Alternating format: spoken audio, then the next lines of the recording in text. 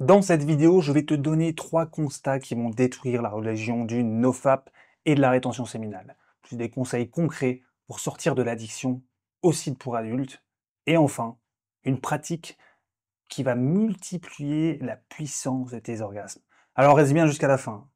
Oui, j'ai dit religion, car elle a tous les codes d'une religion que l'on connaît bien, l'Église catholique. Cette Église qui diabolisait la masturbation, la taxant d'un péché, ou qui allait t'emmener tout droit en enfer. L'église du NoFap utilise les mêmes textes dramaturgiques. Et franchement, ils vont tellement loin qu'il ne leur manque plus que la soutane. Le premier constat, leur slogan est le suivant. Pas de contenu pour adultes, pas de masturbation, plus d'éjaculation, pas de chocolat. Ils vantent les mérites d'un regain d'énergie. Seulement, comme toutes les religions, ils vont dans les extrêmes.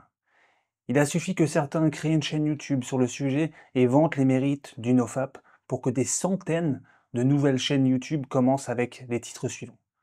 Le NoFap a changé ma vie. Ou encore, la rétention séminale, le secret pour le succès. On se croirait à une époque où les prêtres venaient propager la bonne parole chrétienne du « il ne faut pas se toucher, sinon tu iras en enfer ». Je vois plein de personnes qui se convertissent en prêtres du NoFap. Je vois des hommes qui ont créé des chaînes YouTube où ils exposent fièrement qu'ils ont atteint plus d'1 an sans porno ni masturbation. Encore une fois, comme dans toute religion, cela crée des extrémistes. Tous ces mecs sont tellement pas en maîtrise de leur sexualité qu'ils veulent l'étouffer.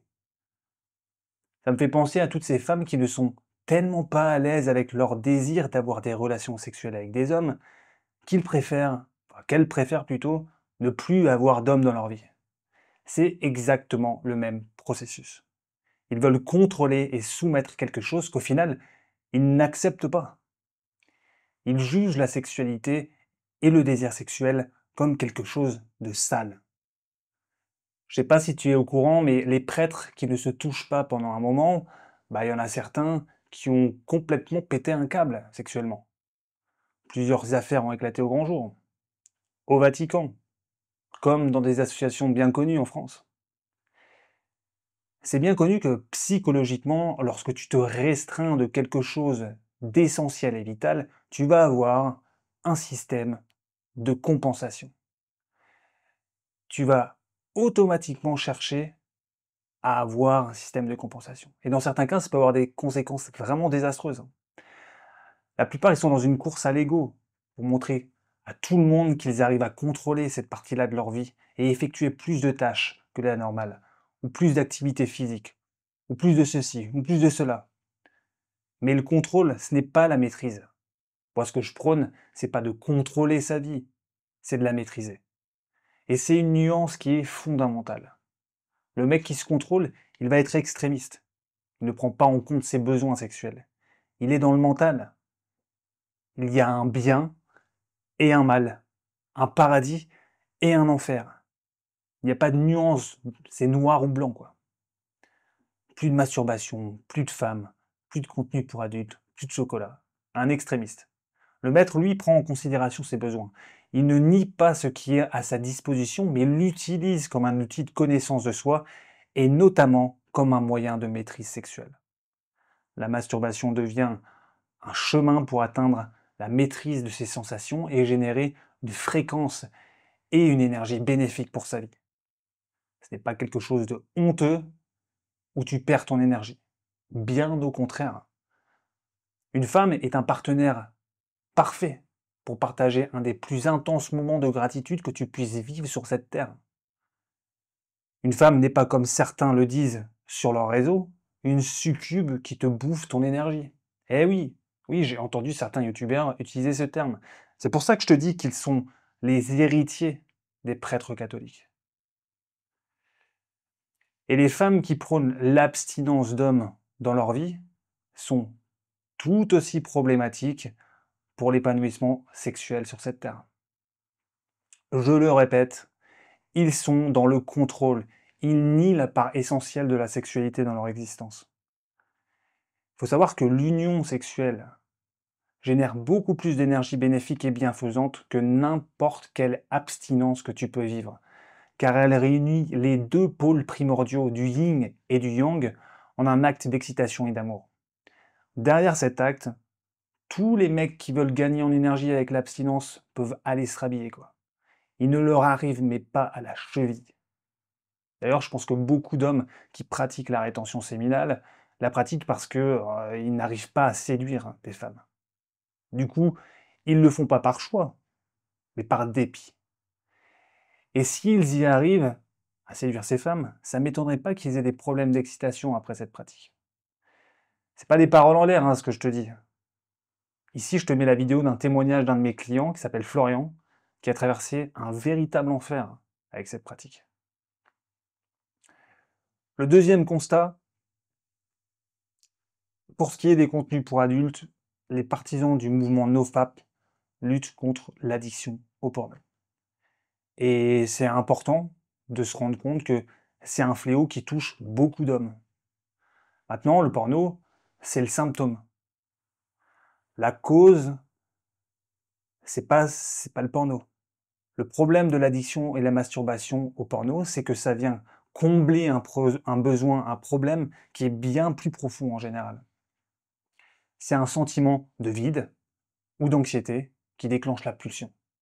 Et arrêter le porno ne viendra pas combler ce sentiment, car c'est quelque chose à travailler qui est en dessous du champ de la conscience. C'est vraiment bien plus profond que cela. Si tu regardes des contenus pour adultes à chaque fois que tu te donnes du plaisir solitaire, ça risque d'habituer ton corps à avoir cette façon de faire pour être excité. Et ça t'empêche de faire le travail de fantasmatisation. Alors, la fantasmatisation, c'est quand tu utilises ton imagination pour t'exciter. Et c'est génial pour comprendre tes leviers excitatoires. Moi, j'ai beaucoup de clients qui n'ont pas encore de conscience sur ce qui les excite vraiment. Quel type de femme, quel type de situation, qu'est-ce qui les excite plus que d'autres. Et c'est normal, hein, parce que dans cette société, c'est tabou. Et il est rare d'en parler à quelqu'un qui est dans le non-jugement ou avec qui on est assez à l'aise pour s'ouvrir. Il faut savoir aussi que tout est une question de mesure. Les contenus pour adultes sont aussi un outil pour découvrir des choses, des types ou des catégories qui correspondent plus ou moins à ce qui nous excite. Et en cela, c'est peut-être bénéfique. Mais gare à l'addiction. Si tu en as besoin pour avoir des érections, ça devient vraiment problématique. D'ailleurs, pour savoir si tu es addict, tu peux faire le test suivant. Si tu en as envie, un jour, va te masturber sans contenu pour adultes. Et si tu n'arrives pas à avoir une érection suffisante sans contenu, bah c'est que tu es addict. Du coup, il est bon pour toi de te resensibiliser à la fantasmatisation. Mais attention, il est aussi possible que tu n'aies pas vraiment envie de te masturber et que derrière cela, tu souhaites combler un vide ou faire descendre ton anxiété ou ton stress. Dans ce cas-là, le fait que tu n'aies pas une érection suffisante ne vient pas du fait que tu es addict au porno, mais bien de ton anxiété, ton stress ou la sensation de vide dans ta vie que tu essaies de régler avec la masturbation. Dans ce cas-là, il est important de travailler sur la cause plutôt que sur le symptôme. Par contre, si tu es addict au contenu pour adultes et que tu n'arrives pas à faire autrement, l'important, c'est de te réentraîner à la fantasmatisation. Tu peux y aller progressivement. Tu peux regarder un contenu pour adultes pour te donner de l'élan et ensuite continuer avec l'imagination. Par la suite, tu peux t'entraîner en passant des vidéos aux images jusqu'à l'imagination totale. Un petit tips intermédiaire sympa, c'est les audios. On n'y pense pas, mais ça fait son petit effet. Et ça te permet de garder aussi notre fantasmatisation active. Tu mets le contenu d'une femme qui se donne du plaisir en solo, par exemple, et tu écoutes juste l'audio. Si tu as aimé jusque-là cette vidéo, je t'invite à liker et à t'abonner. Et on passe au troisième constat. L'une des causes de la recrudescence de personnes qui s'engagent dans l'église du NoFap, c'est le syndrome post-éjaculatoire. C'est cette sensation de dépression qui, pour certains, peut durer plus longtemps que pour d'autres, où on se sent vraiment léthargique après une éjaculation. Cela peut se produire après l'éjaculation, ou si on éjacule régulièrement, on se sent aussi totalement vide. Je suis sûr que ça t'est déjà arrivé. Là encore, les partisans du NoFap tentent de contrôler et supprimer quelque chose car ils n'arrivent pas à le maîtriser. Ils sont encore une fois dans le contrôle plutôt que dans la maîtrise. En 2019, je suis allé me former à l'autre bout de la planète dans l'école du maître Mantak Chia. Ce mec a écrit L'homme multi-orgasmique. J'y ai appris donc à maîtriser mon énergie sexuelle et à avoir plusieurs orgasmes sans éjaculer. Ce sont des orgasmes qui prennent mais vraiment tout ton corps. Et ils peuvent être répétés plusieurs fois lors d'un même rapport. Le plus fou dans tout ça, c'est que tu gagnes en énergie et que tu gardes ton érection. Tu n'as pas de période réfractaire. Et ça te permet aussi de garder ton excitation intacte. Ouais, je sais, hein, c'est totalement mindfuck. D'ailleurs, c'est le nom de la formation que j'ai créée qui synthétise tout ce savoir pour que tu arrives à cette compétence le plus rapidement possible. Je t'offre un e-book gratuit et l'accès à la formation Mindfuck. Le lien, il est juste en bas dans la description. J'y apprends notamment la masturbation consciente. Et là maintenant, je vais te révéler ici 2 secrets essentiels pour faire passer tes orgasmes à un autre niveau. Le premier secret, c'est l'automassage. Masse-toi le corps tout entier avant de te masturber. La plupart des hommes, ce qu'ils font, c'est de se mettre devant un site pour adultes et de directement se masser les organes génitaux. C'est une grosse erreur. Ta capacité à ressentir l'excitation et la puissance orgasmique est directement liée à la stimulation de ta sensualité. J'ai dit sensualité. Et oui, le mot est fort, hein, et puis il fait peur à beaucoup d'hommes. Car être sensuel, c'est plutôt ce que l'on dit d'une femme, en général, hein. Alors bien que les femmes aujourd'hui sont de moins en moins sensuelles. Elles sont plutôt dans leur tête que dans leur corps. Mais bon, ça c'est un autre sujet. La sensualité, c'est être connecté à son corps et ressentir ses sensations dans toutes les cellules de son corps. C'est être vraiment présent. Ce n'est pas juste stimuler la zone génitale, mais de réveiller la conscience dans toutes les parcelles de son corps pour y faire circuler l'énergie excitatoire. De nos jours, on est de plus en plus sur les écrans, on est de moins en moins en contact de nos sensations corporelles. Un homme doit se développer sa présence à soi-même. Car les hommes de nos jours recherchent leur stabilité dans des artifices extérieurs, des objets matériels, des relations, des professions.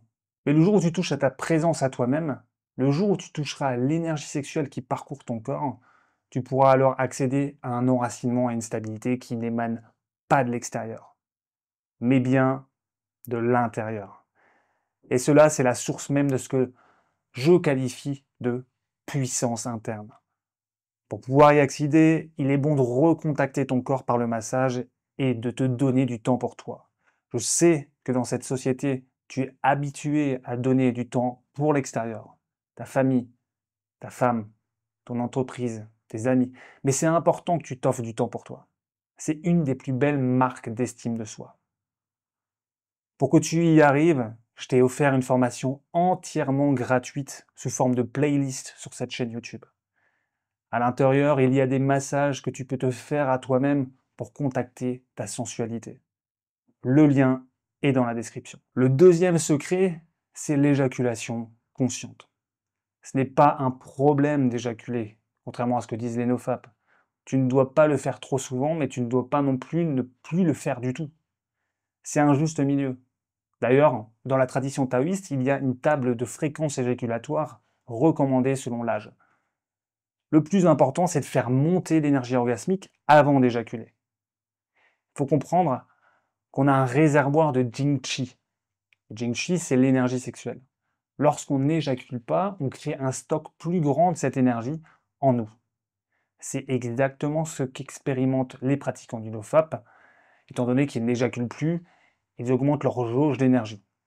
Mais c'est une stratégie qui a ses limites, car elle limite la production d'hormones d'excitation et d'orgasme, qui est un véritable cocktail de jouvence pour le corps.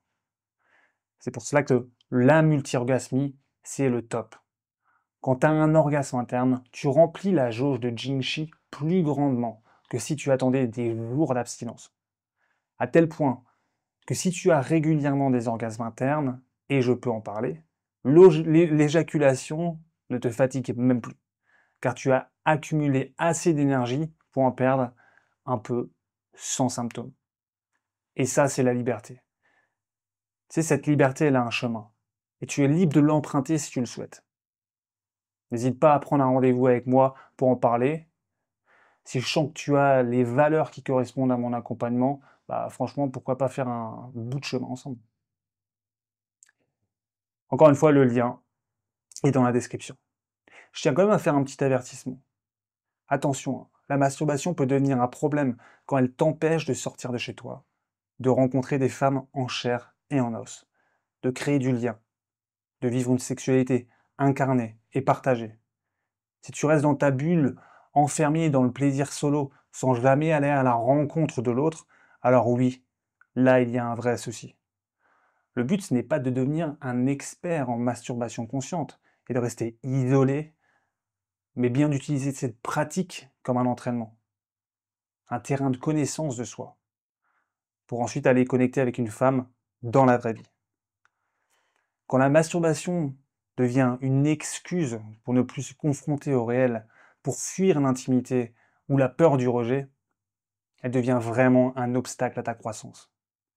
Mais si tu t'en sers pour développer ta sensualité, pour comprendre ce qui t'excite, pour apprendre à canaliser ton énergie sexuelle, tout en prenant des actions concrètes pour créer des rencontres, séduire, ouvrir ton cœur, aller aborder des femmes, alors c'est un allié puissant. Le plaisir en solo n'est pas un frein à la vie amoureuse. Il devient une base, mais il ne doit jamais être une fin en soi. En conclusion, la sexualité est un acte d'amour de soi. Et la masturbation peut être un acte bénéfique pour se connaître et s'explorer. Si elle est bien effectuée, au lieu de te vider, ça peut vraiment te combler. Elle peut te reconnecter à ton corps, à ton pouvoir interne et au bien-être dans ta vie. C'est un moyen de t'entraîner à être plus à l'aise et confiant aussi dans la chambre à coucher. C'est un des outils primordiaux dans mes accompagnements pour permettre de devenir multi-orgasmique. Alors évidemment, c'est une pratique qui nécessite de l'entraînement et un bon accompagnement. Mais rien n'est impossible. Si j'y suis arrivé, tout le monde peut y arriver. Et en voici la preuve. Je te laisse avec le témoignage de Paul, un de mes clients qui est passé par là, et c'était mindfuck pour vivre des sommets d'extase et de plaisir. N'oublie pas de te faire vibrer.